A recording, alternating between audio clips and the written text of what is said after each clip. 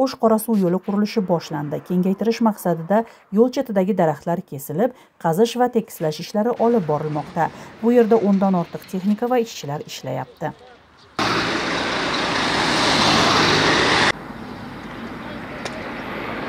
Буга чейин өзүңүздөр көрүп атпайсыздарбы?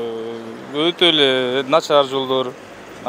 Жаңы жол түзсө аябай сонун эмеспи туурабы? Барыбызга эле. Ошо? Кеңейсе.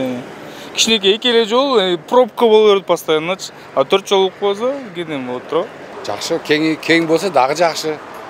Жакшы жүрөбүз. Кең беймалал тыкылбай, пробка болбой, кыйланбай жүрөбүз да. Жоллор жакшы болсо жакшы да. Eslatib o'tsak, O'sh Qorasuv yo'lining asosiy 19-kilometri ta'mirlanadi.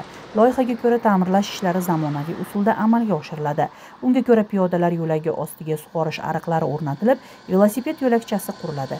Qurilish uchun barcha mablag'lar davlat byudjeti hisobidan moliyalashtiriladi. Тактап айтканда, ошо Ош шаарынан чыкканда, темир жолдон чыкканда Кара Суу районунун башталат аймагы.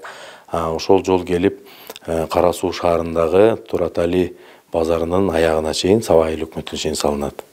Бул долбоор өтө мындай бир заманбап долбоор десек болот. Анткени бул долбоорго биз баардык ошо заманбап технологияны колдонуу менен анан элге дагы шарт түзүү жагынга да карап, анан мындан тышкары да ошол жолубуздун кооздук маселесин дагы аябай көңүл бурдук. Тактап айтканда, ошол 18 километрдин бир 9 километри айылдардын, шаардын ичинен өтөт. Ошол жерге мурункудай башка жолдордой болуп, дренаждык система, суу алып кетүү системасын башка жолдордо лоток менен коюлуп жүрөт. Бул жаңы долбоорубузда ошол дренаждык система жер астында, тротуардын астында болот. Ta'mirlash ishlari doirasida mavjud yo'l 4 chiziqli bo'lib kengaytiriladi. Buning uchun 76 ta uy buziladi. Mahalliy hukumat vakillari uy egalariga tovon puli to'lanishi, yer uchastkalari ajratilishini aytmoqda. Эми мындай айта кетиш керек, бирин экин заборлор гана бузулушу мүмкүн. Жана аялдамаларды, унаа токтотуш үчүн стоянкаларды биз ушул айыл жок, ушундай талаа бошураак жерге жайгаштырганга аракет кылып атабыз. Бирок ошону менен бирге айтып кетишибиз керек.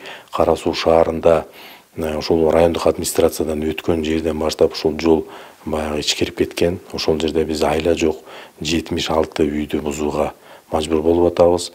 Бирок мен айта кетет элем, ушу биздин телекөрүүчүлөргө дагы, Кара Суу шаарынын тургундарына дагы адамдарыбыздын укугун эч качан тебелебейбиз.